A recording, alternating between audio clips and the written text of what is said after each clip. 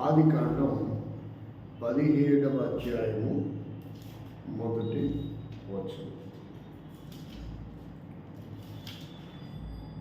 ఆదికాండం 17 మొదటి వచనం. అబ్రహాము 99 ఏళ్ళు కలవాడైనప్పుడు 99 ఏళ్ళు కలవాడైనప్పుడు యెహోవా అతనికి ప్రత్యక్షమై నేను సర్వశక్తిగల దేవుడను, నేను సర్వశక్తిగల దేవుడను, నా సన్నిధిలో నడుచుచు నిందారహితుడవై ఉండుము. నాకును నీకును మధ్య నా నిబంధనని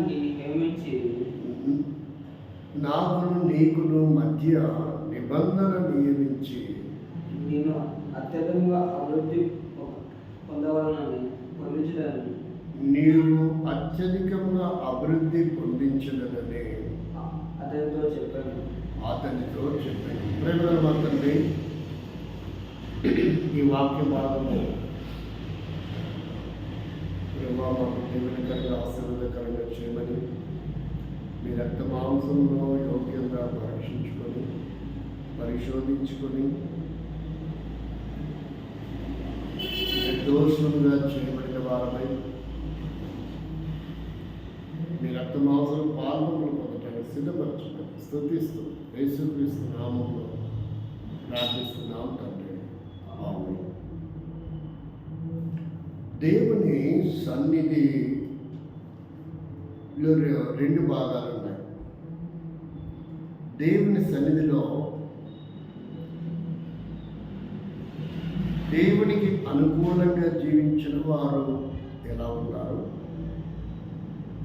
దేవునికి ప్రతికూలంగా జీవించిన వారు ఎలా ఉన్నారో ఈ 2 భాగాలను మనం పరీక్షించుకోవాలంటే ఆ 2 ఉండాలి.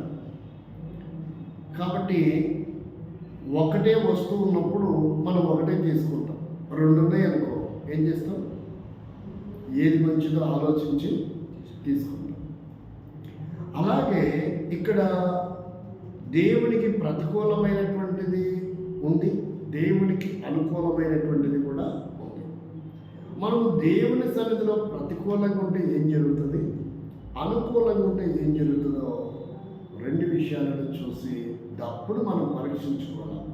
అలా ఉండాలా, ఇలా ఉండాలా, అలా ఉంటే ఏమవుతుంది, ఇలా ఉంటే ఏమవుతుంది. అలా పరీక్షించుకున్న మనము ప్రభు శరీరంలో పాల్పంపులో రండి. అబ్రాహాముని దేవుడు ఏమంటున్నాడంటే, నా సన్నిధిలో నీవు నిందారహితుడుగా ఉండాలన్నాడు. ఏమన్నాడు? నిందారహితుడుగా ఉండాలి అన్నాడు. ఇప్పుడు అబ్రహాము నింద కలిగిన వాడిగా ఉన్నాడని చెప్పాడా, దేవుడు నింద లేని వాడని చెప్పాడా?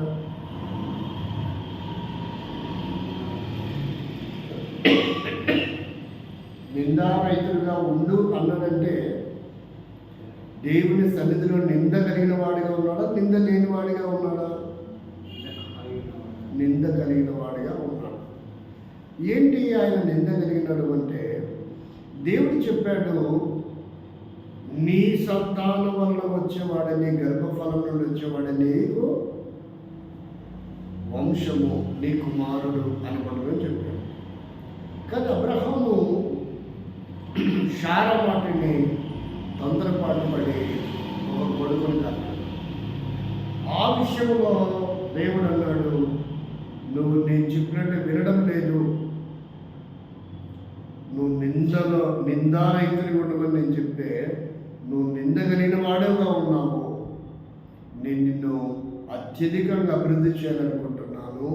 నింద లేని వాడు ఉంటావా, నింద కలిగిన వాడుగానే ఉంటావా, నాకు అనుకూలంగా ఉంటావా, ప్రతికూలంగా ఉంటావా అని అడిగాడు ఇక్కడ. కాబట్టి ఒక షరతు పెట్టాడు, నేను నిన్ను అత్యధికంగా అభివృద్ధి కలగజేస్తాను. కాబట్టి నువ్వేమైందలా నిందారహితుడుగా ఉండాలి. చాలామంది జీవితాల్లో ఆ నిందారహితుడుగా ఉండకుండా అత్యధికమైన అభివృద్ధిని పోగొట్టుకున్నారు. అభివృద్ధిని పోగొట్టుకోవడమే కాదు, కానీ దేవుని దగ్గర నుండి ప్రమాదాన్ని కూడా కొని తెచ్చుకున్నారు. అభివృద్ధి పోతే పోలే, ప్రమాదం కూడా వారు కొని తెచ్చుకున్నారు. బైబిల్లో ముందు ప్రమాదాన్ని ఎవరెవరు కొని తెచ్చుకున్నారో చూద్దాం. ఆ తర్వాత మనం ఎలా ఆశీర్వదించబడాలో, అత్యధికంగా అభివృద్ధి పొందాలో ప్రయత్నం చేద్దాం. మొదటి వ్యక్తి దేవుని సన్నిధిలో ప్రమాదాన్ని కొని తెచ్చుకున్న వ్యక్తి. చూడండి, తన అవిధేయతను బట్టి దేవుని సన్నిధిలో ఉండకుండా ఏమయ్యాడో ఆదికాండం 4:16. ఆదికాండం 4:16.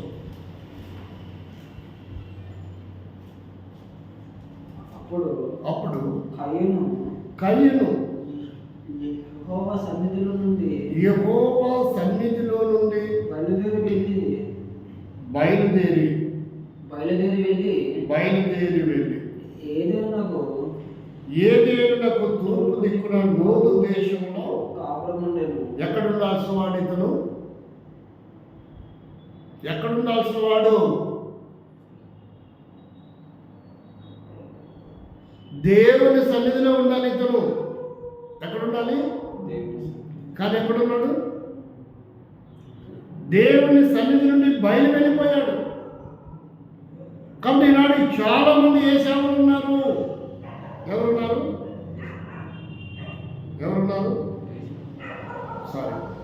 కయీను. ఏసావు చోట కయీనని పడుతున్నా, కయీనున్న చోట ఏసావని పడుతున్నా. ఎందుకు వచ్చిన పదాలు మారిపోతున్నాయి. చాలా మంది కయీను స్వభావానికి దిగజారిపోతున్నారు. వారి మారుమనసు పొందిన వారే, వారి బాప్తిసం పొందిన వారే, వారు దేవుని కుమారుడిగా చేయబడి సంఘములో చేర్చబడిన వారే, దేవుని బలలో చేయి వేసేవారే, దేవుని కార్యక్రమాలలో రోజులు, నెలలు, సంవత్సరాల తరబడి సహవాసం కలిగిన వారే. కానీ ఎక్కడ ఉండడం లేదు వారు? దేవుని సన్నిధిలో ఉండవలసిన వారు దేవుని సన్నిధి నుండి బయటికి వెళ్ళిపోతున్నారంట. అంటే తద్వారా ఏమవుతుందంటే వారి అభివృద్ధి వారికి వారే ఏం చేసుకుంటున్నారు? పోగొట్టుకుంటున్నారు. దేవుడికి ఏం చెప్పాడు? ఆదికాండం 17:1 నిన్ను అత్యధికంగా అభివృద్ధి చేస్తా, కాబట్టి నువ్వు నిందారహితులుగా నా సన్నిధిలో ఉండాలి.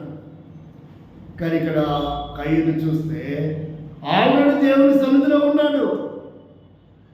దేవుని సన్నిధిలో ఉన్న వాడికి దౌర్భాగ్యమేమో తెలియదు, కానీ దేవుని సన్నిధిని విడిచిపెట్టి బయటికి వెళ్ళిపోయాడు. నోదు దేశానికి వెళ్ళాడు. అక్కడ దేవుని సన్నిధి లేదు, అక్కడ దేవుడే లేడు. ఈనాడు చాలా మంది దేవుడికి దూరస్తులు అవుతున్నారు, దేవుని సన్నిధికి దూరస్తులు అవుతున్నారు, దేవుని మందిరానికి దూరం అవుతున్నారు, నియమిత కోడికలకు దూరం అవుతున్నారు, ప్రార్థన కోడికలకు రారు, బైబిల్ పట్టణానికి రారు, ఆరాధనకి రారు, ఇక సువార్తకి వాయా కార్యక్రమాలకి అసలే కనుమరుగైపోతారు.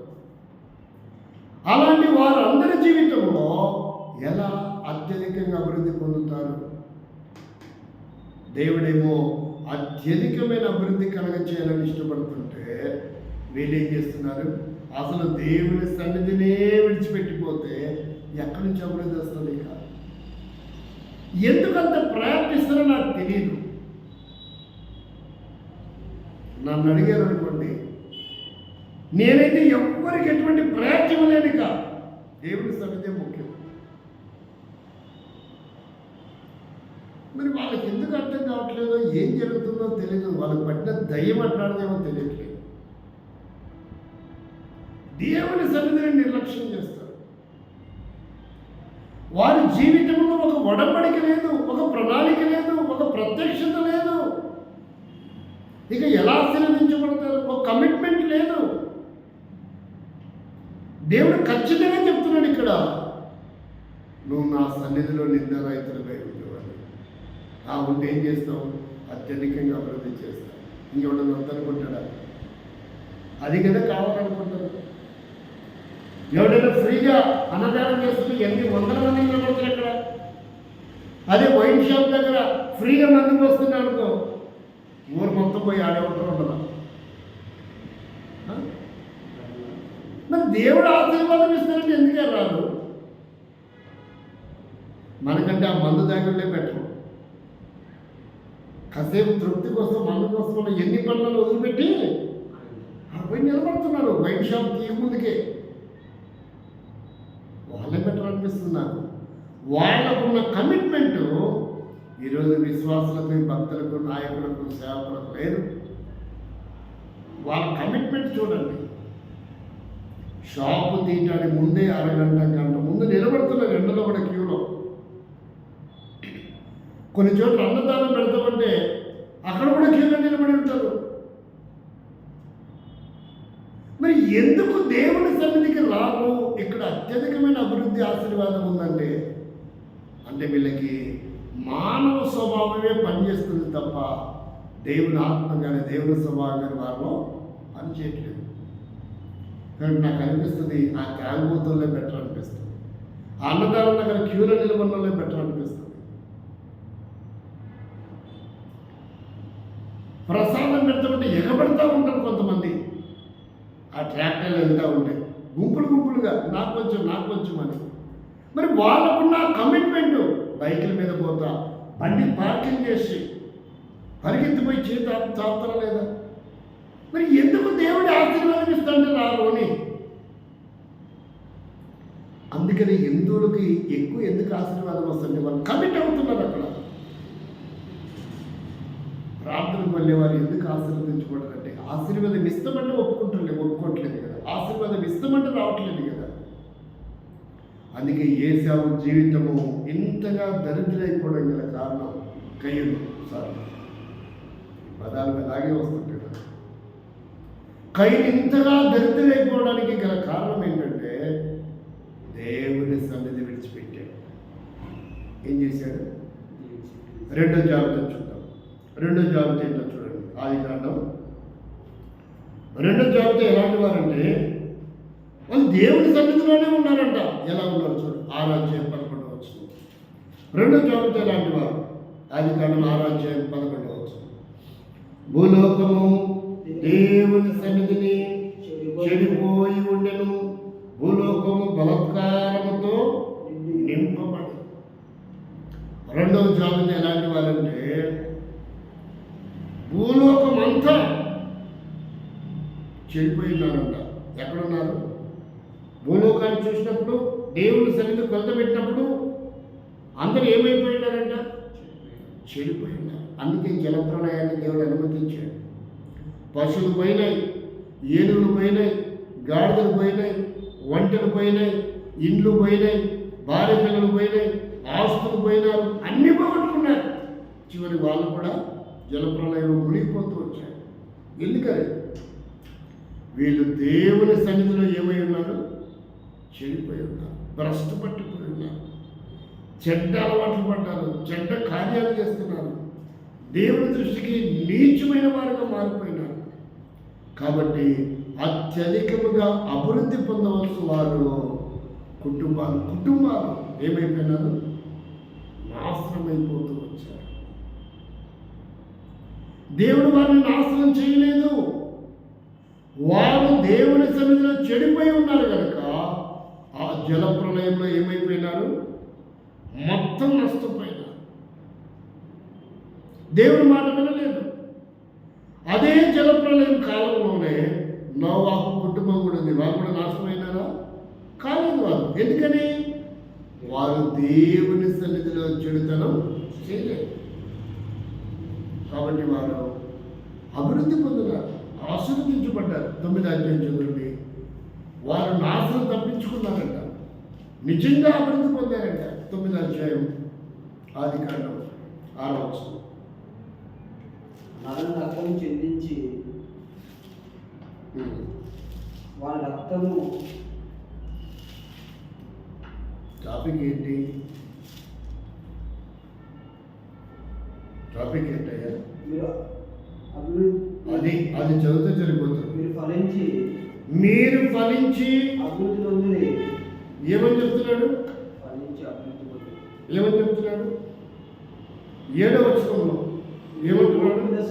మొదటి వచనంలో ఏమంటున్నాడు?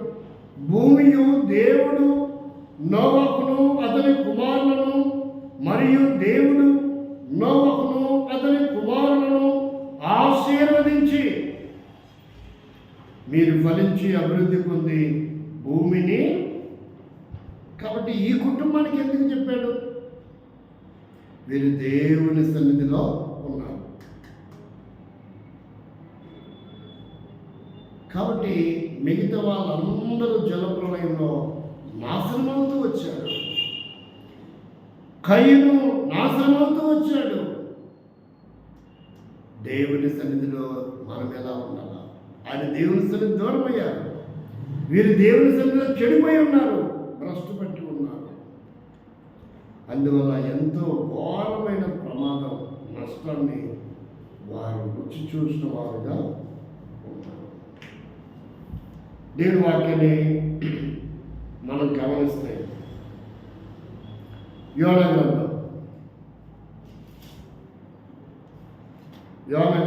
మొదటి అధ్యాయం 5వ వచనం.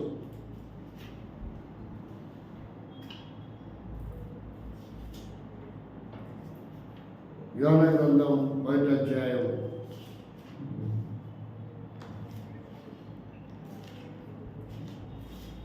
దేవుని వాక్యాన్ని చూస్తే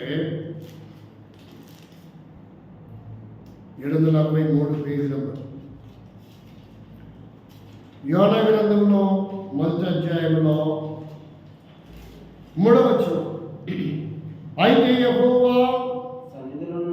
యెహోవా సన్నిధిలో నుండి తర్షీసు పట్టణమునకు పారిపోవలనని యోనా యొప్పేకు పోవు తర్షీసుకు పోవు ఒక ఓడను చూచి ప్రయాణమునకై కేవిచ్చి యెహోవా సన్నిధిని నిలవకుండగా ఓడవారితో కూడా తర్షీసుకు పోవటకు ఓడ ఎక్కింది. మూడో వ్యక్తి ఎవరంటే యోనా దేవుని సన్నిధిని విడిచిపెట్టాడు. కాబట్టి యోనాకు కూడా ప్రమాదం వచ్చింది.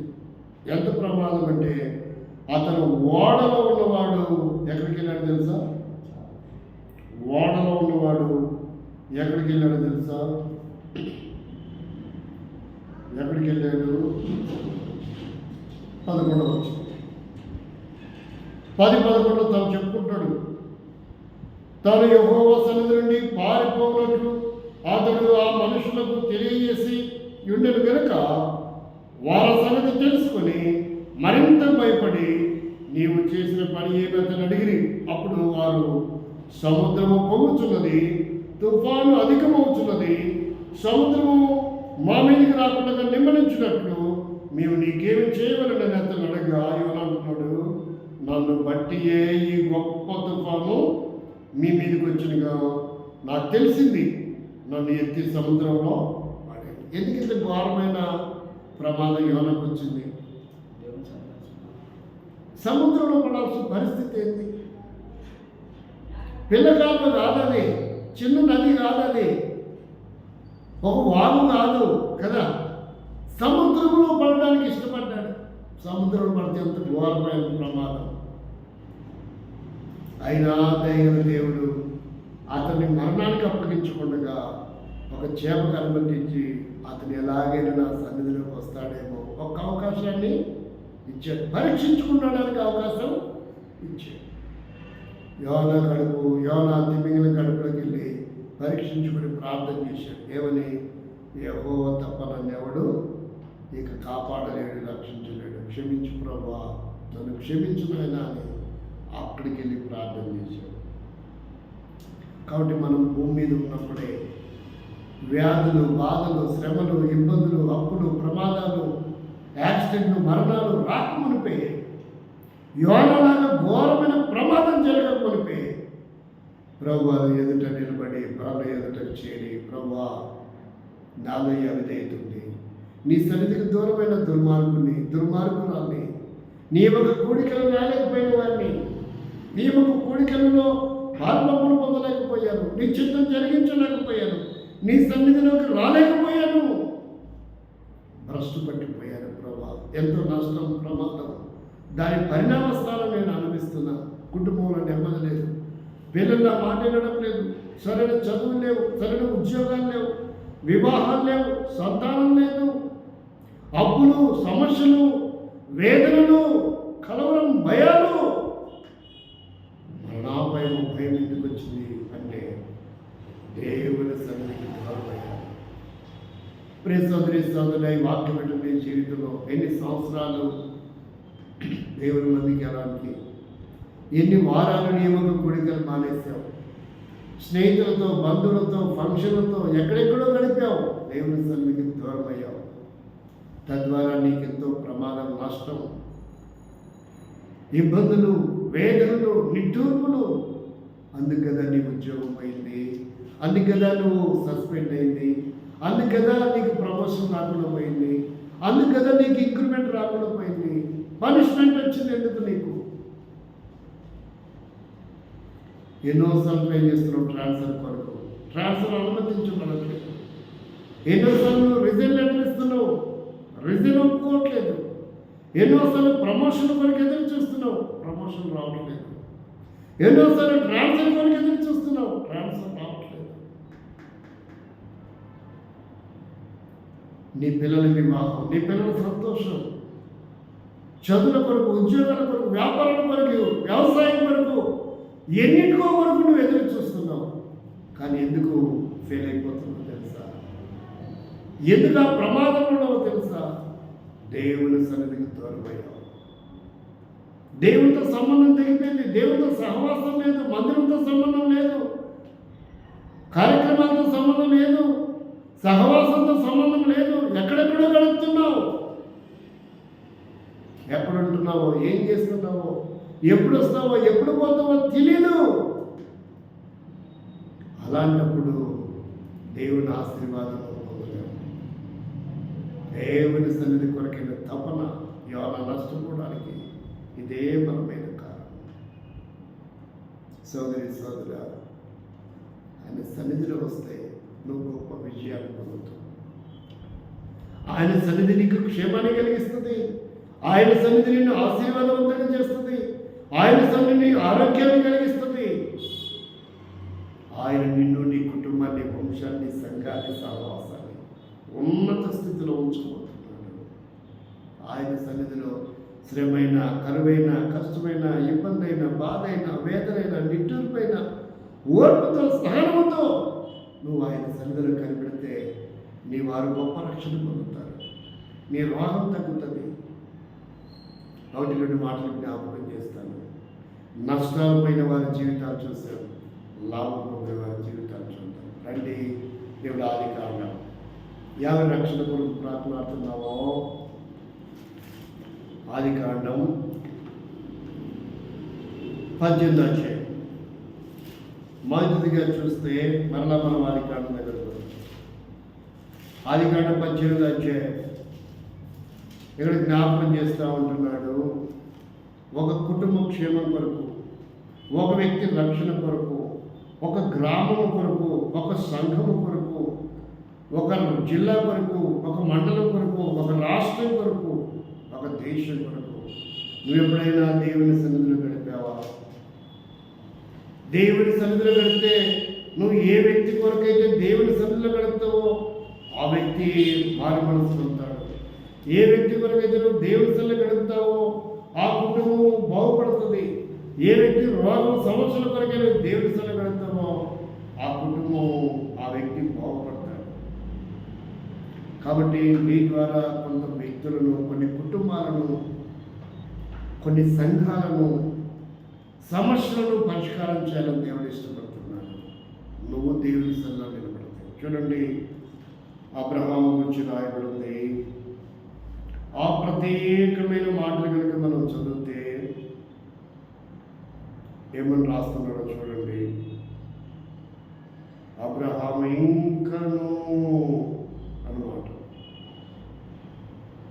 ఏంటంటే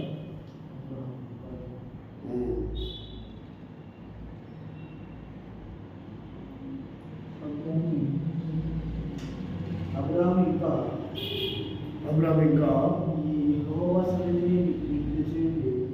ఎక్కడున్నాడు? ఎక్కడున్నాడంట? యెహోవా సన్నిధిలో నిలిచి ఉండేది. ఇంకా యెహోవా సన్నిధిలో నిలిచి ఉండేది. ఏం చేస్తున్నాడంట? ఎక్కడున్నాడు ఆయన? యెహోవా సన్నిధి. ఇంకా యెహోవా సన్నిధిలో. ఎంత ఘోరమైన పరిస్థితి సంభవించబోతుంది, ఎంతో ప్రమాదం వాటిల్లబోతుంది, భారీగా నష్టం సంభవించబోతుంది. అయినా అబ్రహాం ఏం చేస్తున్నాడంట?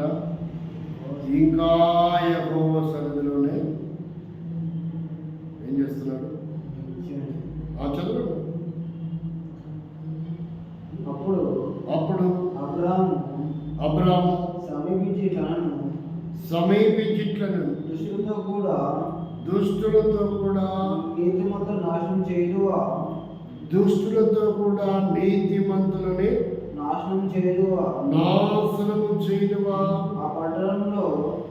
ఆ పట్టణంలో ఒకవేళ ఏ 10 మంది నీతిమంతులు లేదలా, దాంట్లో 10 మంది. ఎంత ప్రాముఖ్యమైన విషయం. ఎక్కడున్నాడంట అబ్రాము? ఇక అయిపోయింది అనుకున్నప్పుడు, ఏమనుకున్నప్పుడు? ఇక అంతా అయిపోయింది అనుకున్నారు. కానీ అబ్రాము ఇంకా ఏమన్నాడంట? దేవుని సన్నిధిలో లాస్ట్ వరకు, చివరి క్షణం వరకు దేవుని సన్నిధిని మనం ఏం చేయకూడదు? విడిచిపెట్టకూడదు. ఆరాధన అయిపోయినట్టు అడబడికి కూడా వెళ్ళిపోకూడదు. ఇక్కడ ఎక్కడున్నాడంట? ఇంకా యెహోవా సన్నిధిలో. అయిపోయిన తర్వాత ఇంకా పదవి ఎందుకు వాడతారు? ఇంకా నువ్వు పోలేదు, ఇంకెక్కడనే ఉన్నావా అన్నారు, అంటారు కదా. అర్థమైంది కదా? కాలేజ్ అయిపోయింది, ఇంకా రాలేదేంటి మా వాడు? పని అయిపోయింది, ఉద్యోగం అయిపోయింది, ఆఫీస్ టైం అయిపోయింది, ఇంకా రాలేదేంటి? ఇంకా ఆఫీస్ దగ్గరనే ఉన్నావా కదా. అయితే ఆఫీస్ దగ్గర ఉన్నా, వీధిలో ఉన్నా, హోటల్లో ఉన్నా, ఎక్కడున్నా పర్వాలేదు. కానీ మనం ఎక్కడ ఉండాలంట? ఇంకా యెహోవా సన్నిధిలో. దానికి కూడా మనం ప్రతిఫలం పొందుతాం. కాబట్టి అబ్రహాం ఎక్కడున్నాడో తెలుసుకోగలిగాం. ఇంకా యెహోవా సన్నిధిలో ఉన్నాడు కనుక సొదొమను నాశనం కాకుండా లోతు కుటుంబాన్ని ఏం చేసుకోగలిగాడు? కాపాడుకోగలిగాడు. కాబట్టి మనం దేవుని సన్నిధిని విడిచిపెట్టకూడదు. దేవుని సన్నిధిలో విడిచిపెట్టకూడదు. మొదటి సమయాల గ్రంథంలో చూస్తే అక్కడ ఏం జరిగింది, ఏం సంభవించిన పరిస్థితిలో ఉంటే ఏం జరిగిందో చూడండి. సమయాల మొదటి గ్రంథం మొదటి అధ్యాయం. ఎక్కడున్నారంట? ఎక్కడున్నారు?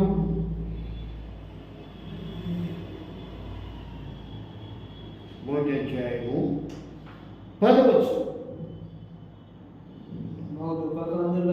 బహు దుఃఖాక్రాంతురాలై వచ్చి యెహోవా సన్నిధిని ప్రార్థన చేయుచు బహుగా ఏడ్చెను.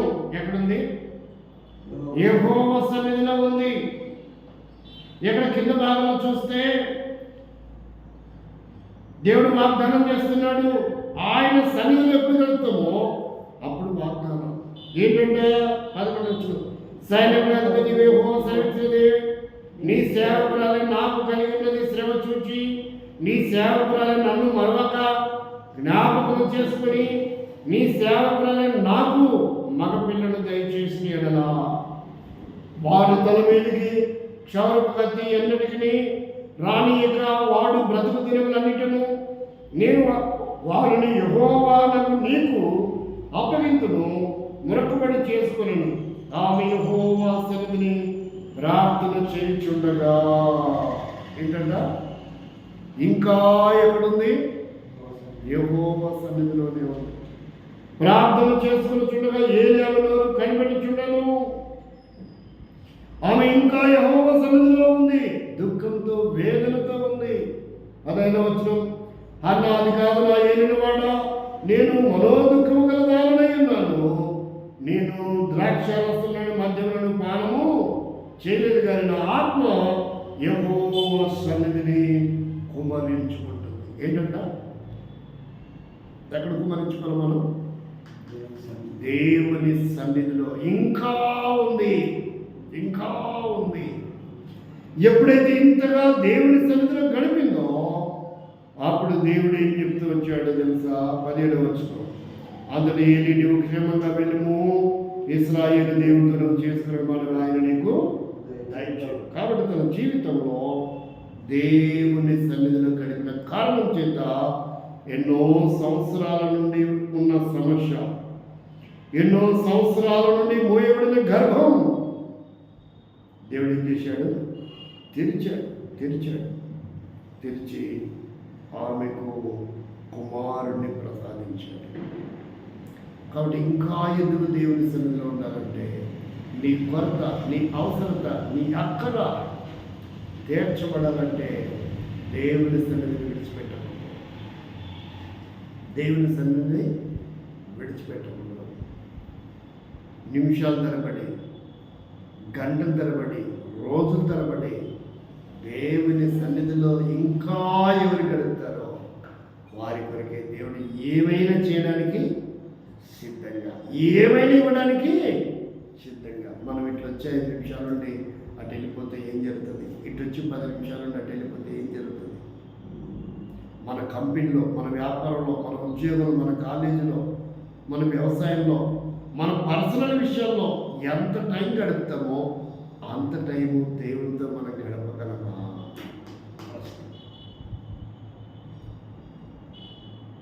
ఇంకా గడపగలమా? దేవుని సన్నిధిలో ఇంకా గడపగలమా? ఇది చాలదు, ఇంకా ఇంకా ఇంకా 2 నిమిషాలకు ప్రార్థన అయిపోతుంది, 3 నిమిషాలకు ప్రార్థన అయిపోతుంది, 5 నిమిషాలకు ప్రార్థన అయిపోతుంది. ఎప్పుడైనా 10 నిమిషాలు, పావుగంట, అరగంట, గంట, ఇంకా ఇంకా ఇంకా ఇంకా దేవుని సన్నిధిలో ఎంత గడుపుతామో అంత ఆశీర్వాదం, ఎంత గడుపుతామో అంత మేలు, ఎంత గడుపుతామో అంత క్షేమం, ఎంత గడుపుతామో అంత దీవెన, ఎంత గడుపుతామో అంత మన కొరతలు తీర్చడం. అవన్నీ జరగాలంటే ఏం చేయాలా? దేవుని సన్నిధికి మనం కేటాయించిన టైం ఏదేమైనా నేను వెళ్తా దేవుని సన్నిధికి. ఎవరు వచ్చినా రాకపోయినా, అన్నతో పాటు ఏమైనా 100 మంది ఉన్నారైనా, ఎవరు వచ్చినా రాకపోయినా నేను దేవుని సన్నిధిలో ఉండాలా? దేవుడిచ్చి ఆశీస్సులు కావాలా? దేవుడిచ్చి ఆశీర్వాదాలు కావాలా? నా జీవితంలో ప్రతి విధమైన కొరతలు తీర్చబడాలా? ఎంతకాలం మీ బ్రతుకు, ఎంతకాలం మీ రోగము, ఎంతకాలం మీ సమస్యలు, ఎంతకాలం మీ అప్పులు, ఎంతకాలం మీ ఇబ్బందులు, ఎంతకాలం మీ తిప్పలు, ఎంతకాలం మీ కుటుంబ సమస్యలు, ఎంతకాలం మీ నెమ్మది లేని జీవితం. ప్రభా నీ సన్నిధిలో గడుపుతా, నాకు ఇవి కావాలా, నాకు ఇవి కావాలా? దేవుని అడిగితే ఆయన పరిశీలిస్తాడు. నా సన్నిధిని ఎవరెవరు గడుపుతున్నారో ఆయనకు తెలుసు. ఎందుకంటే దేవుడు కూడా ఉన్నాడు అక్కడనే. ఎక్కడున్నాడు?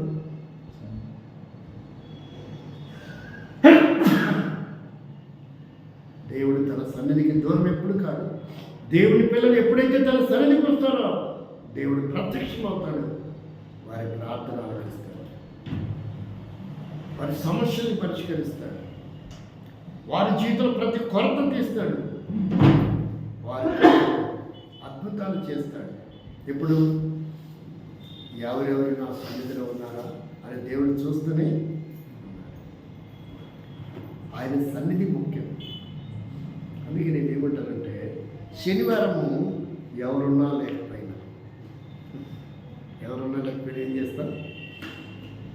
కొంతసారి పని కట్టుకోండి, ఏదో ఒక పాట పాడుకుంటా, ఏదో వినపడగా ఒక పాట పాడుకుంటా, కొంత వాక్యం ధ్యానం చేస్తాం.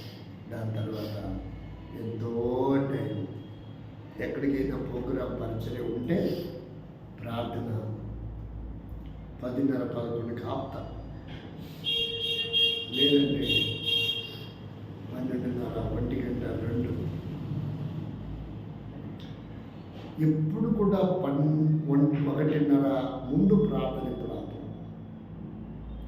అంటే ఆయన సన్నిధిలో గడపాల. మన అవసరాలు ఎన్నో ఉన్నాయి, మన అక్కర్లు ఎన్నో ఉన్నాయి, మన కొరతలు ఎన్నో ఉన్నాయి. ఎన్ని సమస్యలు ఉంటే అంత ఎక్కువ గడపాలి. ఎక్కడ? దేవుని సన్నిధిలో. కొరతలు ఎక్కువ అవుతున్నాయంటే దేవుని సన్నిధిలో కూడా గడపడం ఎక్కువ అలవాటు చేసుకోవాలి. సమస్యలు ఎక్కువైతే ఊరు మొత్తం తిరగడం కాదు. సమస్యలు పెరుగుతున్నప్పుడు మనం దేవుని సన్నిధిలో గడిపే సమయాన్ని కూడా పెంచాలి. ఆమె ఏం చేసిందంట, అది నాది కాదు నా ఏలిన వాడ, మనోదుఖము గల దానినై నేను నా బాధను దేవునికి చెప్పుకుంటున్నా. అప్పుడు దేవుడు ఆమె దేవుని సన్నిధిలో గడిపిన కారణం చేత ఆమె కొరతను దేవుడు అద్భుతంగా తీర్చాడు. రండి మనము మరొక చోటికి వెళ్దాం. రండి దేవుని వాక్యాన్ని చూస్తామా?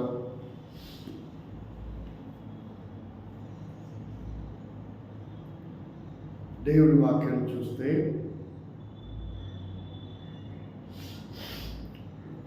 అద్భుతమైనటువంటి సంగతి రాయబడింది.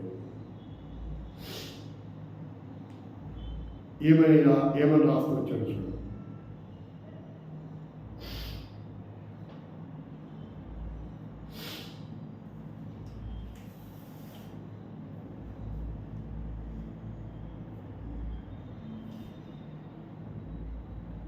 చూడండి 25 అధ్యాయం ఆదికాండం, నిర్గమకాండం, దానికంటే ముందుగా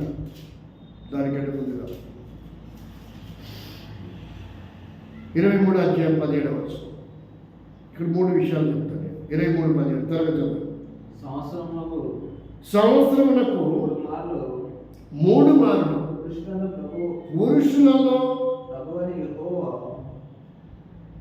సరిగ్గా చెప్పయ్యా.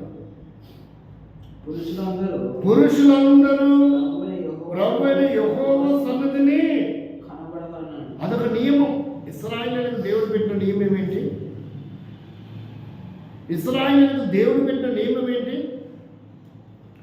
పురుషులందరూ ఎక్కడ కనపడాలంట? దేవుడి సన్నిధిలో కనపడాలి. ఈ వాక్యాన్ని ఇస్లామీ సహోదరులు వాడతారు కాదు. వాళ్ళు దేవుని సన్నిధికి పురుషులు మాత్రం వెళ్తారు కానీ స్త్రీలు. మరి మందిరంలో చూస్తే స్త్రీలు ఎక్కువ ఉంటారా, పురుషులు ఎక్కువ ఉంటారా? ప్రార్థన మందిరాల్లో మరి ఈ పురుషులు వైన్ షాప్ దగ్గర ఉంటారు. ఎక్కడ ఉంటారు? ఈ పురుషులు రోడ్ల మీద ఉంటారు, ఈ పురుషులు అరుగుల మీద ఉంటారు, ఈ పురుషులు వీధుల్లో ఉంటారు, ఈ పురుషులు క్లబ్బుల్లో పబ్బుల్లో ఉంటారు, ఈ పురుషులు సినిమా థియేటర్ల దగ్గర ఉంటారు. అర్థమవుతుందా? ఇప్పుడు అందుకనే మన జీవితంలో ఏముండడం లేదు, అత్యధికమైనటువంటి అభివృద్ధి ఉండడం లేదు. ఎన్నో కొరతలు, ఎన్నో ఇబ్బందులు, ఎన్నో సమస్యలు కొని తెచ్చుకుంటున్నారు వారు. దేవుని సన్నిధిలో లేకపోవడం వల్ల సమస్యలు వస్తున్నాయి. దేవుని సన్నిధికి దూరం అవడం వల్ల సమస్యలు వస్తున్నాయి. దేవుని సన్నిధిలో గడపకపోవడం వలన ఇబ్బందులు వస్తున్నాయి. కష్టాలు, శ్రమలు, బాధలు అవన్నీ భరిస్తున్నారు. కానీ దేవుని సన్నిధికి పోయి వీటన్నిటి నుంచి మనం విముక్తులు పొందుదామని మాత్రం అనుకోవట్లేదు. నాకు కలవకుర్తిలో ఒక కుటుంబం తెలుసు.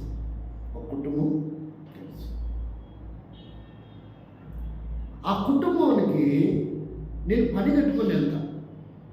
ఏం చేస్తాను? ఏ రోజు కూడా 1.5 2 గంటలు కూర్చుంటా. అయ్యా ఒక పాట పాడు, కొంత వాక్యం చెప్పు అని మాట రాదు. ఏంటిది? అయ్యా ఒక పాట పాడయ్యా, కొత్త పాట ఏదన్నా, అయ్యా కొంత వాక్యం చెప్పయ్యా అని మాట పాడు. సోది మాట్లాడతారు అంతా. 2 గంటల వరకు అంత అయిపోయిన తర్వాత లాస్ట్కి నేనే బాధ తట్టుకోలేక సరే మా ప్రార్థన చేస్తాను. ఏం చెప్తున్నాను? ఏమంటా? కనీసం మరి వాళ్ళు 7 తరబడి చర్చకెళ్తున్నారంట. అసలు వాళ్ళు మనసు ఉందని నాకు డౌట్ వచ్చింది. ఒక కుటుంబాన్ని అడిగాను. అడిగితే ప్రతి ఆదివారం చర్చికి వెళ్తారని అడిగాను. వెళ్ళమండి అన్న. ప్రతి ఆదివారం చర్చికి వెళ్తారంటే వెళ్ళమండి అన్న. ఇంక మధ్యలో వెళ్తారు. పోనీ నెలకు ఒకసారి వెళ్తారని అడిగారు. వెళ్ళమండి అన్న. పోనీ 2 నెలలకు ఒకసారి వెళ్తారంటే వెళ్ళమండి అన్న. కొన్ని సంవత్సరాల కన్నా చర్చికి వెళ్ళక విశ్వాసులు అండమా వాళ్ళని మీరైతే అంటారా, నేనైతే అనను. అసలు వాళ్ళ విశ్వాసాలు అనదలుచుకోలేదు. నేను మొన్న ఒకసారి వెళ్ళాను. వెళ్తే వాళ్ళ కాలికి ఇస్తే తీసుకోను. ఏంటిది? వాళ్ళ కాలికి ఇస్తే తీసుకున్నాను మనసు పట్ల. ఎందుకని అంటే వాళ్ళ ఫీలింగ్స్ నాకు ఎలా అర్థమైనాయి? ఇతను ఎందుకు వస్తున్నా అనుకుంటున్నారు? అర్థమైంది నేను చెప్పింది.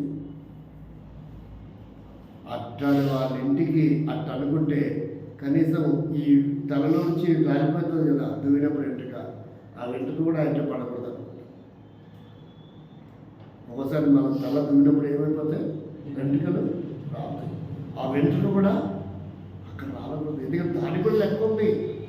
మీ తల వెంట్రుకలన్నీ లెక్కించబడ్డాయని చెప్తుంది దేవుడు వాక్యం. కానీ వేరే వాళ్ళు అంటారు, అయ్యా నిర్ణయం తీసుకోబాక. ఏం చెప్పినారు? నిర్ణయం తీసుకోబాక. అప్పుడప్పుడు వెళ్ళి ఏమో నువ్వు కనబడుతుంటున్నా, ప్రార్థన చేస్తుంటున్నా వాళ్ళకి ఆలోచన వస్తుందేమో. నిర్ణయం తీసుకోబాక. నాకు అసలు చాలా కోపం వస్తుంది. వెళ్ళిన వెంటనే వాళ్ళు దేవునికి ప్రాముఖ్యత ఇవ్వాలి. నెలకు ఎంత వస్తుంది మీకు సంపాదన అని అడిగారు. ఎంత వస్తుంది సంపాదన? ఎంత వస్తుంది అంటే ఆ పిల్లోడు నాకు 12,000 వస్తుందండి అన్నాడు. ఎంత వస్తుందంట? 12,000. మీకు ఎంత వస్తుంది అని అడిగితే అతని భార్య అంటే నాకు ఒక 8,000 వస్తుందండి, 20,000.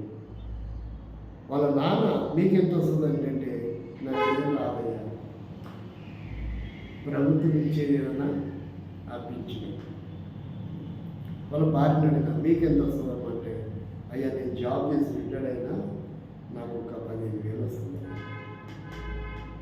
ఎంత వస్తుంది మొత్తం? ఎంత అయింది? ఒక 35,000 వాళ్ళ ఇంటికి వస్తుంది. ఎంత వాళ్ళ సంపాదన? కానీ దేవుని సేవకుడు వెళ్తే వాళ్ళకి ఏ చీకు చింత లేదు. ఎంత వస్తుంటే మరి 1,00,000 రూపాయలు వస్తాయి, 1,00,00,000 రూపాయలు వస్తాయి.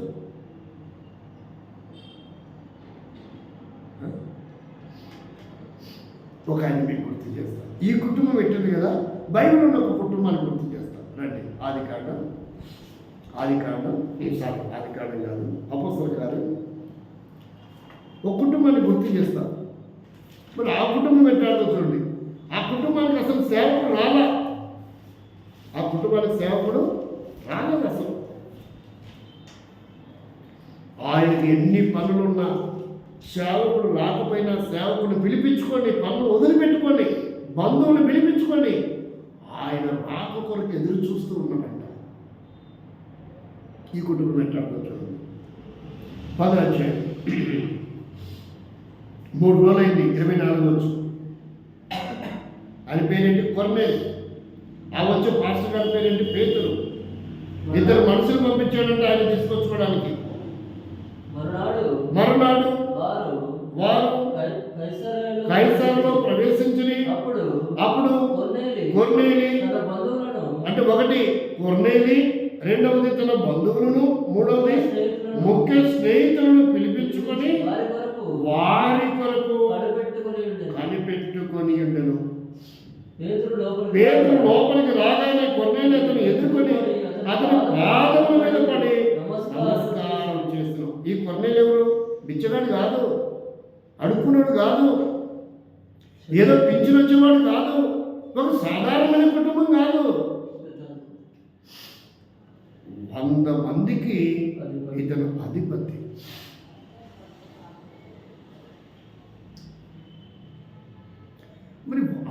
అంతటి అధిపతి సేవకుడు ఎక్కడో ఉన్నాడంటే ఎక్కడున్నాడు చూడండి 15వ వచనం.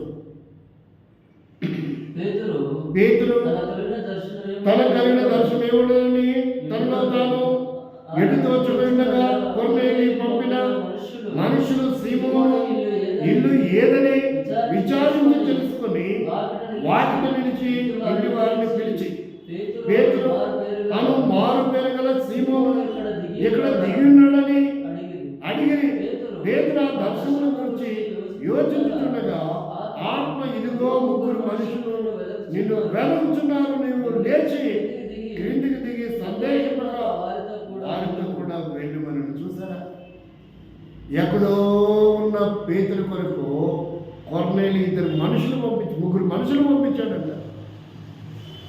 కొంతమంది పాస్టర్ సేవకుడు ఇంటికి వస్తే వాళ్ళ పనులు వాళ్ళు ఉంటారు, లెక్కలేదు. దేవుని సన్నిధి లెక్కలేదు. ఇతనితో పాటు నా ఇంటికి దేవుడు వచ్చాడని లెక్కలేదు. అదే ఊరిలో కుటుంబం ఉంది, అదే కలకుర్తిలో మనకు కుటుంబం ఉంది. ఆ కుటుంబం ఎలాంటిది తెలుసా? వాళ్ళకు సహవాసానికి ఆరాధనకి వెళ్తారు.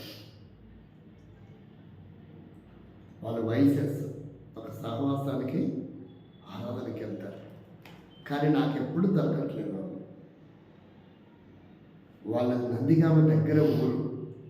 ఆ ఫోన్ పోయింది, నంబర్లు పోయినాయి. అసలు వాళ్ళ ఇల్లు ఎక్కడ కూడా తెలియట్లేదు నాకు. కలవకుర్తిలో ఆ పాప పేరు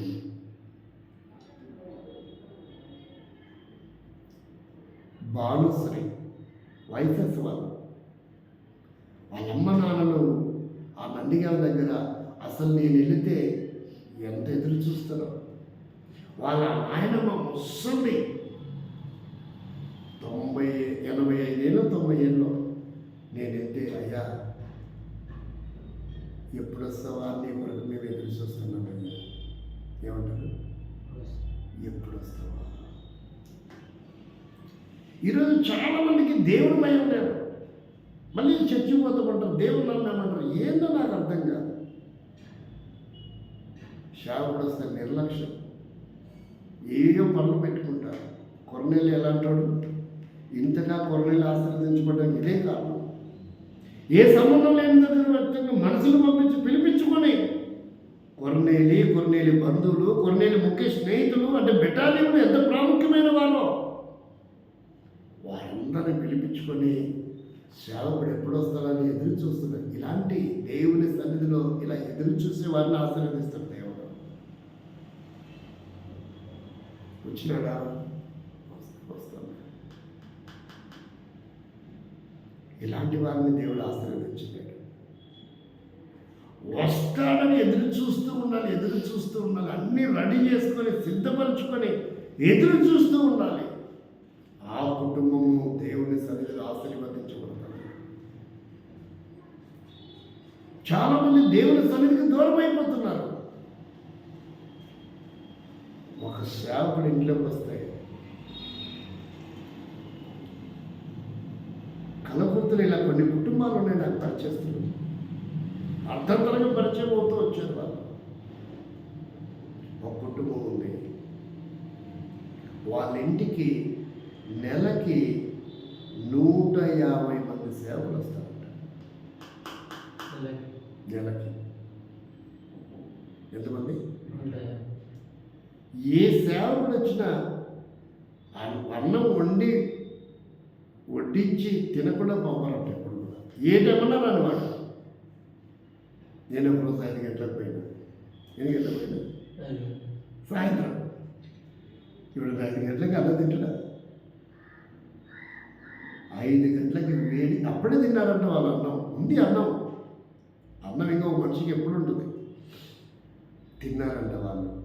తిన్నారు. టీ తాగే టైంలో నేను పోయినా. టీ ఇవ్వచ్చుగా, ఏదో కాయలో పండు ఇవ్వచ్చుగా. మళ్ళీ అన్నం ఉంది, మళ్ళీ కూర ఉంది. వడ్డిస్తే ఏం చేస్తాం? అట్లా తిన్నా వాళ్ళ బాధ పెట్టలేక నాకేమో ఉప్పుకొట్ల బాడీ, వాళ్ళేమో అప్పటికప్పటికి తయారు చేసి వడ్డిస్తాను పెట్టాలా. కాబట్టి నా చరిత్రలో 5 గంటలకు కూడా భోజనం చేయాలి. ఆరాధన ఉన్న రోజు, మీటింగ్లు ఉన్న రోజు లేట్ అయిందంటే అర్థం ఉంది. కానీ ఇది ఏం లేని రోజు ఆశ్చర్యం వేస్తుంది. అంకుల్ అంటున్నాడు, ఏంటంటే ఈ టైంలో అంటే, అయ్యా నీకు తెలియదయ్యా, మా ఇంటికి నెల వస్తారో తెలుసా? 150 మంది పాస్టర్స్ వచ్చారు. వాళ్ళు ఎవరో ఎక్కడుంటారో ఏ ఊళ్ళో సేవ చేస్తారో నాకు తెలియదు, కానీ మా ఇంటికి వస్తారు. మా సేవకుడు 6 నెలలకు సంవత్సరానికి ఒకసారి వస్తాడు. ఎన్నిసార్లు ఫోన్ చేస్తే ఇదిగో వస్తా అంటాడంట. ఇదిగో వస్తా, అదిగో వస్తా. బాలేదయ్యా అంటే వస్తానంటాడంట. ఎప్పుడు ఎవరు ఉంటాడో తెలియదు, కానీ వీళ్ళింటికి మాత్రం 150 మంది. అసలు ఒక్కోసారి సేవకుడు ఎవడో రోడ్డు మీద పోతున్నాడు అనుకో, అయ్యా తమరు ఏం చేస్తారంటాడంట. పాస్టర్ గారు అంటే రండి, ఆడెవడో తెలియదు, మీరు పాస్టర్ రండి. ఏ అంటే మీతో పాటు దేవుడు వస్తాడయ్యా, మీతో పాటు దేవుడు వస్తాడు. వాడి మైండ్లో నాతో పాటు దేవుడు చూసుకుంటున్నాడు. అంటే వాళ్ళకున్న నమ్మకం పాస్టర్ గారికే లేదు. ఏంటండి అంటే అప్పుడు వాక్యం చెప్పాడంట, మేము మీకు చేసేది మీకోసమే కాదయ్యా, దీంట్లో నాకు స్వార్థం ఉంది అన్నట్టు. ఏంటి నీ స్వార్థం అంటే, నాకు రావాల్సిన ఆశీర్వాదం పోతుందయ్యా. ఏంటంట, నాకు రావాల్సిన ఆశీర్వాదం పోతుంది. ఏ అట్టెట్ట పోతుంది? చదవండి 10వ మత్తయి సువార్త 40-41. ఆయన ఎలా తెలుసుకోగలిగాడు? మత్తయి సువార్త 10వ అధ్యాయం, నాకు రావాల్సిన అభివృద్ధి, నాకు రావాల్సిన ఆశీర్వాదం నువ్వు నా ఇంటికి రాకపోతే నువ్వు పోగొట్టిన వాడు అవుతావు. కాబట్టి నువ్వు రా. మిమ్మల్ని చేర్చుకున్న వాడు, నన్ను చేర్చుకును, నన్ను చేర్చుకున్న వాడు నన్ను పంపిన వాడిని కూడా చేర్చుకుంటాడు. ప్రవక్త చేర్చుకున్నవాడు ప్రవక్త ఫలం పొందుతాడు. నీతిమంతుడని నీతిమంతుని చేర్చుకున్నవాడు నీతిమంతుని ఫలం పొందుతాడు. మరియు ఈ చిన్న శిష్యుడని ఎవరి చిన్నవారిని ఒకరు చేర్చుకుంటాడు. చన్నీళ్లు మాత్రం తాగనిచ్చును, ఫలం పోగొట్టుకోడు. ఇది అంటే ఆయన వాక్యం. కాబట్టి నాకు రావాల్సిన ఆశీర్వాదం నువ్వు పోగొడతావా? నువ్వు పాస్టర్ అయిన నా ఆశీర్వాదాన్ని పోగొడతావయ్యా. నువ్వు వస్తే నా ఇంట్లోకి దేవుడు వస్తాడయ్యా. మైండ్ పోయిందా లేదా సేవకుడికి? అప్పుడు అన్నాడంట, అయ్యా నేను ఈ ఊరికి కొత్త, ఒక ఇంటి అడ్రస్ కోసం వచ్చిన, అడ్రస్ దొరకలా, ఫోన్ చేస్తుంటే స్విచ్ ఆఫ్ వచ్చింది, చాలా బాధపడుతున్నా, వెళ్ళిపోతున్నా అంటే, ఇంకొప్పుడు అడ్రస్ దొరక కూడా బాధపడద్దు, నెల మా ఇంటికి రా. ఏమన్నాడు? నెల మా ఇంటికి రా. ఇదేంటి ఎవడో దారిలో పోయి పిలుస్తున్నాడట. నెల మా ఇంటికి రా. ఆయన నువ్వు దొరికినా దొరకకపోయినా నువ్వు మాత్రం మా ఇంటికి రా. పిలిచారంట, వంట చేశారు, వడ్డించారు, తృప్తికి పెట్టారు. మీరు ఆలోచించండి, 150 మందికి 200 లెక్కేసుకుంటే ఎంతైందో?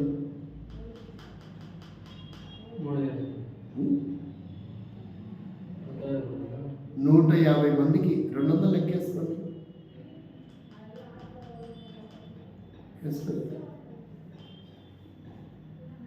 150 ఇంటూ 30. అర్థమవుతుంది నేను చెప్పేది.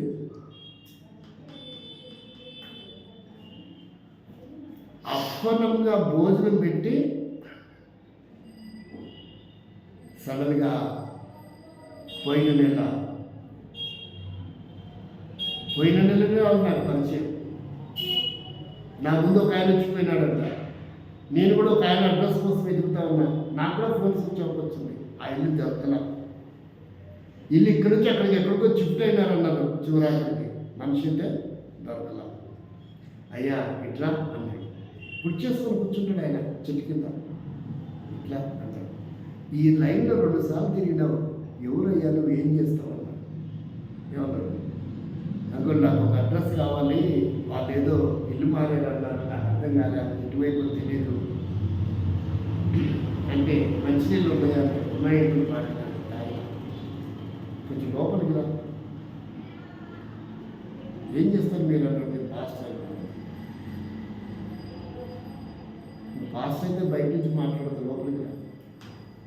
అమ్మాయి పాస్టర్ గారు వచ్చాడు, జాషువా గారంట.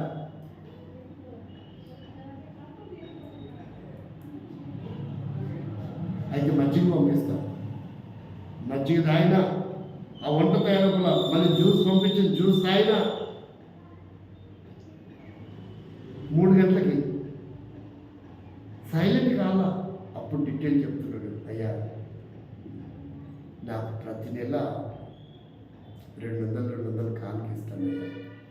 ఏ సేవకుడైనా కానీ ఏ సేవకుడు మా ఇల్లు దాటిపోవడానికి వీలు లేదు. నాకు కొంచెం కలిసి వచ్చిందంట. ఏమైంది? ఆంటీకి అంకుల్కి కలిసి వచ్చిందంట. ఇద్దరు రిటైర్మెంట్ అయినారు. 60,000 కలిసి వచ్చింది. అంటే అది ఇంక్రిమెంట్ అయ్యి ఏదో అంటారు దాన్ని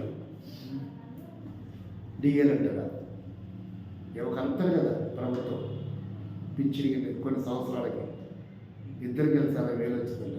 ముందు ఇచ్చేది ఎంత చూసారా? ఆ కుటుంబాన్ని దేవుడు వదిలిపెట్టాడా? ఆ రహస్యం వాళ్ళు తెలుసుకున్నారు. సేవకుడు మా ఇంటికి వస్తే దేవుడు మా ఇంటికి వచ్చినాడు. సేవకుడు మా ఇంట్లో భోజనం చేస్తే దేవుడు మా ఇంట్లో భోజనం చేసినట్టుగా.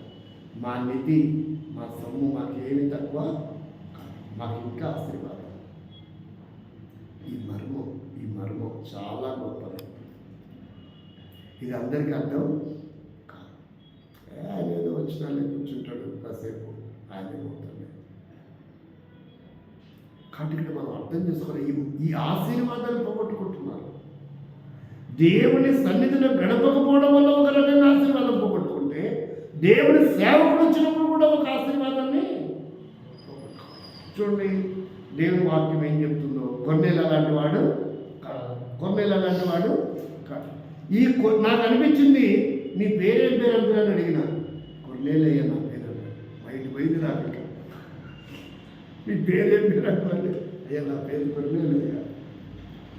మంచినే కరోనాకు ముందు బాప్తీసం తీసుకున్నారంట. కరోనాకు ముందు బాప్తీసం తీసుకుంటేనే ఇంత భక్తి ఉంటే వీళ్ళకి. 30-40 ఏళ్ళ క్రితం నుంచి విశ్వాసం అయినట్టుండదు. నాకు నిర్వహించుకోండి. కాబట్టి ఎప్పుడైతే ఇలా సేవకులను పిలిచి భోజనం పెట్టి, వాళ్ళు ఎవరో తెలియకపోయినా చేర్చుకొని భోజనం పెట్టి ప్రార్థన చేయించుకొని వాక్యం వింటుంటే, ఆయనకు 6 కొడుకులకు ఉద్యోగాలు వచ్చినాయి, 4 కోడళ్ళకు ఉద్యోగాలు వచ్చినాయి అంటాడు. అదే ఆయన సాక్ష్యం. 6 కొడుకులకి ఉద్యోగాలు వచ్చినాయి, 4 కోడళ్ళకి ఉద్యోగాలు వచ్చినాయి. ఇప్పుడు ఇంకా ఇద్దరు అబ్బాయిలు పెళ్లి కాలం. అర్థమవుతుంది చెప్పేది? ఎంత సమృద్ధి అంటే ఆ కుటుంబంలో ఎక్కడ చూసినా సమృద్ధి. వాళ్ళు గ్రహించారు, ఆ మర్మాన్ని తెలుసుకున్నారు, రహస్యాన్ని తెలుసుకున్నారు.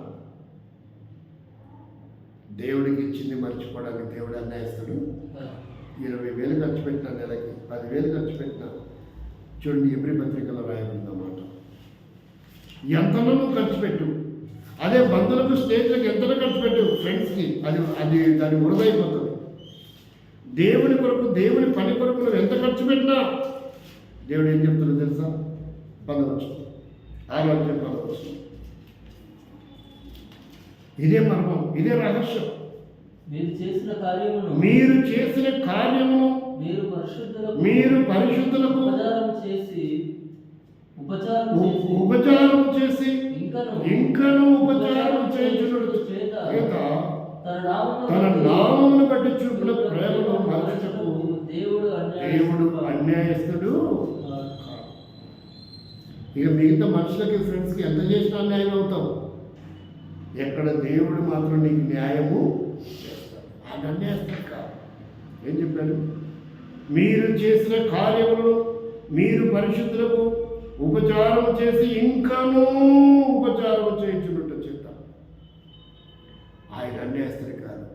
ఒకవేళ ఈ నెలలో 1000 రూపాయలు ఖర్చు అయిపోయింది, వేస్ట్గానే. వచ్చే నెలలో 2000 ఖర్చు అయిపోయింది, పై వచ్చే నెలలో 3000 ఖర్చు అయింది. కానీ దేవుడు దానికి ప్రతిఫలం ఇస్తాడు. దాన్ని విడిచిపెట్టేవాడు, అయ్యో 1000 రూపాయలు పోయింది, 1000 రూపాయలు పోయింది, 2000 పోయింది, 3000 పోయింది అని బాధపడాల్సిన అవసరం లేదు.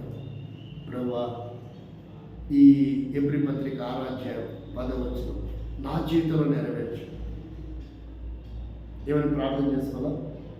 ఎబ్రీ పత్రిక 6వ అధ్యాయం 10వ వచనం నా జీవితంలో నెరవేర్చు. నా వంతు నేను చేస్తాను. నువ్వు అన్యాయస్తులు కాదు. అదిగో ఆ కొర్నేలికి అన్యాయం చేయలేదు. అదిగో అక్కడ కలపడుతులు ఉన్నానికి అన్యాయం చేయలేదు. మాకు కూడా అన్యాయం చేయవు ప్రభువా. నీ కొరకై, నీ కొరకై, నీ కొరకై నేను ఇంకేం చేయాలా? ఇంకెంత ఖర్చు పెట్టాలా? ఎంత సమర్పించుకోవాలా? నా చేతిలో నిన్ను నింపితే నేను ఎంతైనా ఖర్చు పెడతాను. నువ్వు ఇవ్వకుండా నేను చేయలేను. నీ పని కొరకై, నీ పరిచయం కొరకై. అవును, భక్తి గారి దగ్గరకు వచ్చాడండి. ఆయన పేరు ఏం పేరు? అప్పాజీ గారు. ఏం పేరు ఆయన పేరు? అప్పాజీ గారు. ఆయన పేరేంటి? ఆయన ఏం ఉద్యోగం చేసాడో తెలుసా? 7వ నీర్ ఉస్మాన్ అలీ ఖాన్ దగ్గర ఆయన ఒక ప్రాముఖ్యమైన పని చేసేవాడు. చిన్నపాటి ఉద్యోగం. ఆ ఉద్యోగం చేసుకోవాలి.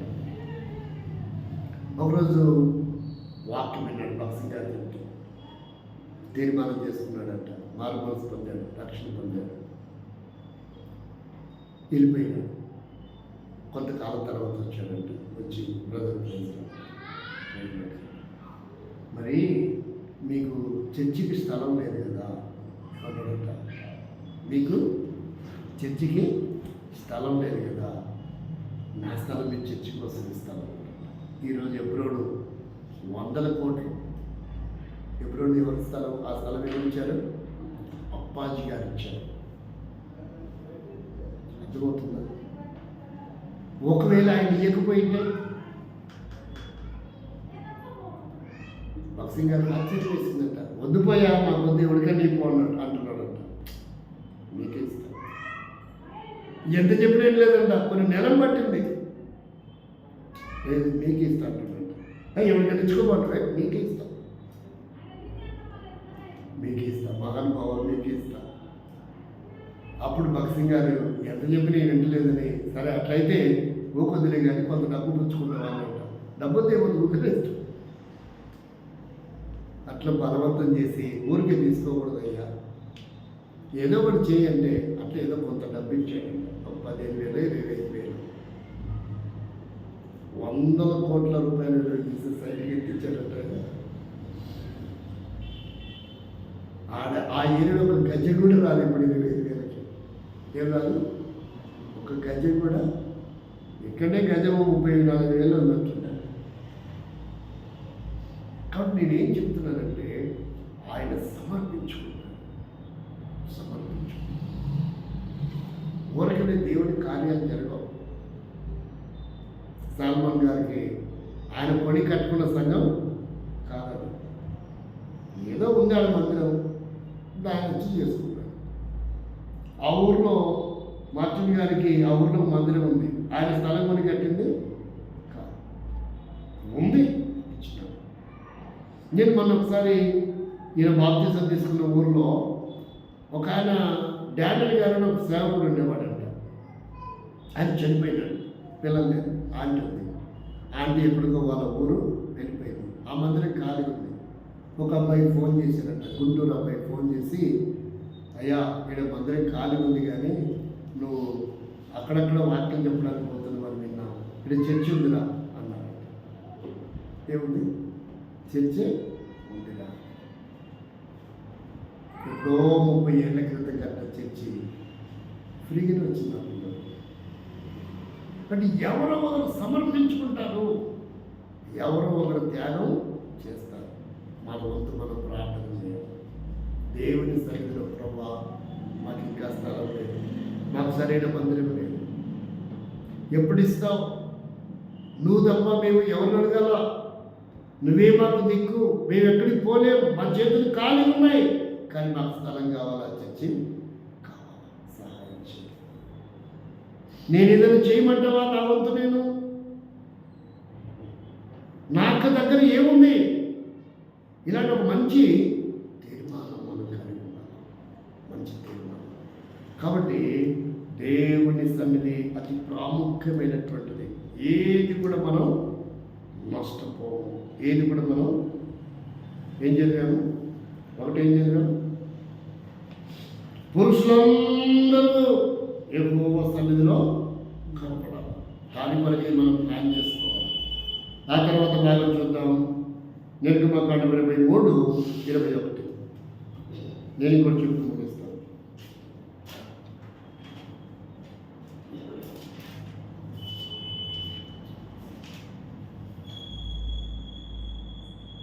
ఆయన సన్నిధిని జాగ్రత్తగా ఉండి ఆయన మాట వినవలెను. కాబట్టి మనం ఇంతగా ఆశీర్వదించబడాలంటే ఎట్లుండాలంట? బహు జాగ్రత్త కూడా అవసరమే. నిర్లక్ష్యం అయితే ఉండకూడదు. జాగ్రత్తగా దేవుని మాట వినాలి, జాగ్రత్తగా ఉండాలి, జాగ్రత్త కూడా దేవుని వాక్యం విని దాన్ని మనం అన్వయింపజేసుకోవాలి. వెంటనే మన హృదయంలో కార్యం జరగాలి. ఇప్పుడు కొన్నేళ్ళు వాక్యం విన్నాడు, ఎన్ని సంవత్సరాలు వచ్చి పేతురు వాక్యం చెప్పాడు చూడండి. ఆ 10వ అధ్యాయం చూడండి, వాక్యం విన్న తర్వాత ఏం జరిగిందో చూడండి. అపొస్తలుల కార్యం 10వ అధ్యాయం.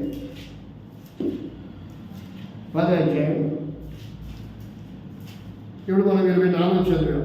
అందరిని పిలుచుకొచ్చాడంట, అందరినీ పిలుచుకొచ్చాడు, అంతేనే కదా? ఆ తర్వాత ఏం జరిగింది చూడండి.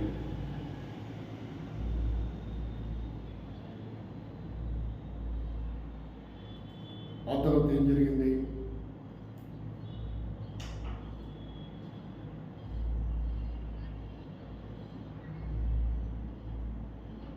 ఆ తర్వాత చూడలేదా?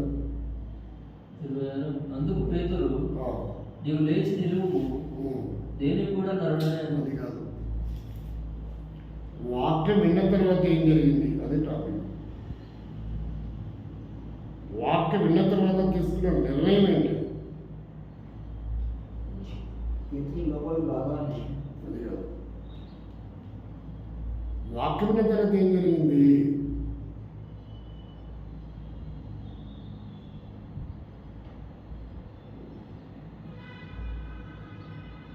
వాళ్ళు ఏం చేశారు? కిందికి చూడండి. అందుకు కొర్నేలియు 4 దినముల క్రిందట పగలు 3 గంటలు మొదలుకొని 36 చదవండి, 37 చదవండి. యోహాను బాప్తిస్మం ప్రకటించిన తర్వాత గలిలయ మొదలుకొని యూదయలో ప్రసిద్ధి సంగతి మీకు తెలియను. అదేమనగా దేవుడు నజరేతుడైన యేసును పరిశుద్ధాత్మతో శక్తితో అభిషేకించెను. దేవుడు ఆయనకు తోడైనను కనుక ఆయన వేరు చేయొచ్చు, అపవాది చేత పీడింపబడిన వారిని స్వస్థపరచుచు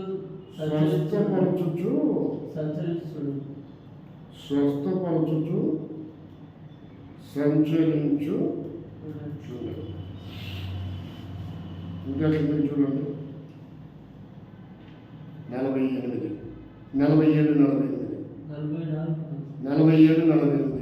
అందుకు పేతురు, మనవలే పరిశుద్ధాత్మను పొందిన వీరు బాప్తిసం పొందకుండా ఎవడైనను నీళ్లకు ఆటంకము చేయగలడా అని చెప్పి క్రీస్తు నామమున వారు బాప్తిసం పొందమని ఆజ్ఞించారు.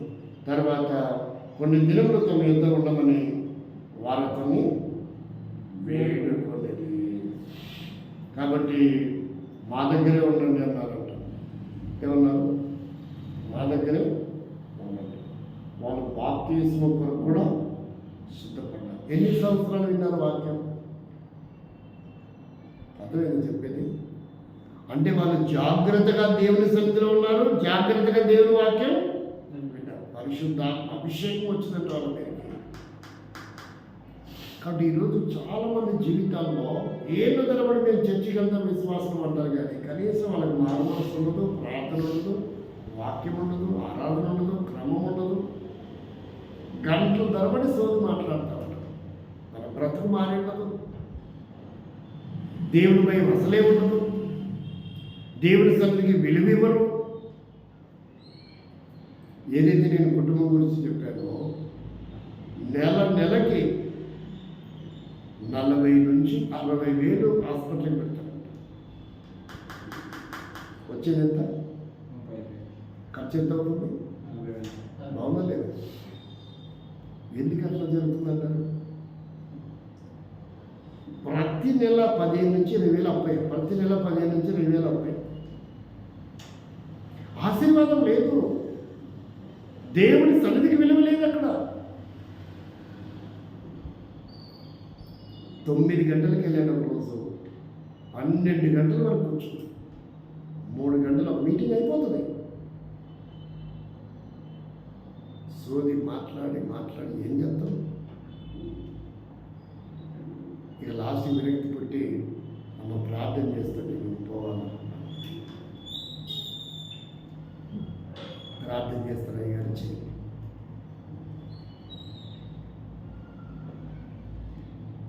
సరే ఆ పాపని ఎలాగో ఇప్పుడు దాకా ఉన్నారుగా, వంట కూడా రెడీ అయిపోయింది, ఫోన్ చేశాను ఏంటంటే అందరు ఇల్లే కూర్చున్నారు. ఇంతసేపు అంటే ఉదయమే చేసుకుంటాం మేము వంట. ఉదయం వంట చేసుకున్నారు, కానీ 9 గంటల నుంచి 12 గంటల వరకు ఏం చేసినారు? కొన్ని సంవత్సరాలైనా నా చర్చికి వెళ్ళాను. ఎట్లా ఆశీర్వాదం వస్తుంది? ఎట్లా విశ్వాసం? కనీసం ఆ పాస్టర్ చర్చికి రండి అని కూడా అన్నట్టు ఎప్పుడో వస్తారంట, ప్రార్థన చేస్తారు.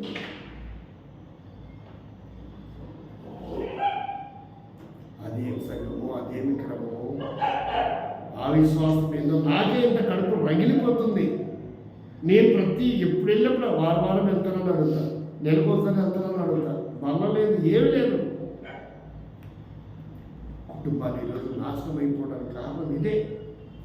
ఆరోగ్యం పోవడానికి, అప్పులు పాలవడానికి, సమస్యలు, ఇబ్బందులు, కష్టాలు. ఎందుకంటే దేవుని సన్నిధికి స్థానం లేదు వాళ్ళకి.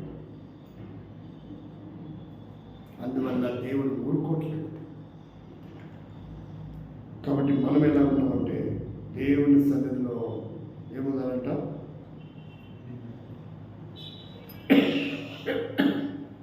చివరచనం దేవుడు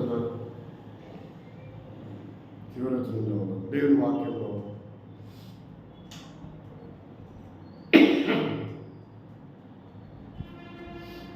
ఏంటిది? దేవుని సన్నిధిలో ఏముంది అసలు? ఎందుకు దేవుని సన్నిధి? ఏముంది? లేవియకాండం 10వ అధ్యాయం 17వ వచనం. లేవియకాండం 10వ అధ్యాయం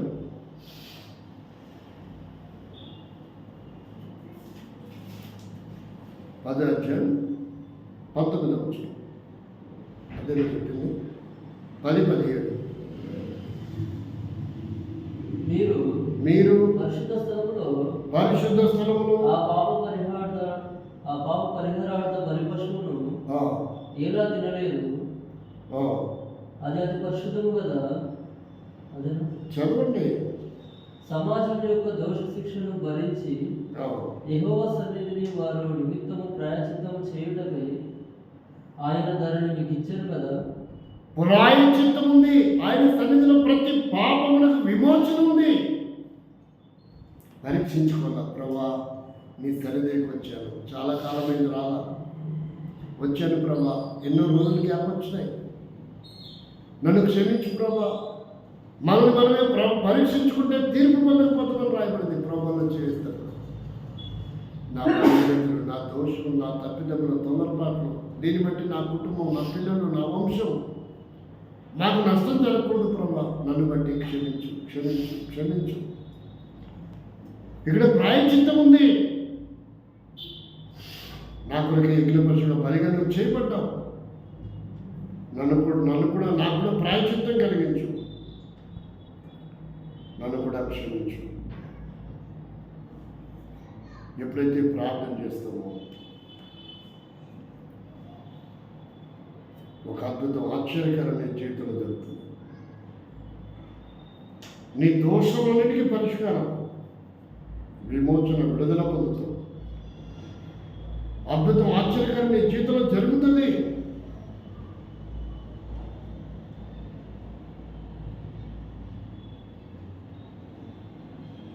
ఒక తీర్మానం అవుతాం. 2 సమయాల గ్రంథం 7:29 ఇది చివరిగా చూద్దాం.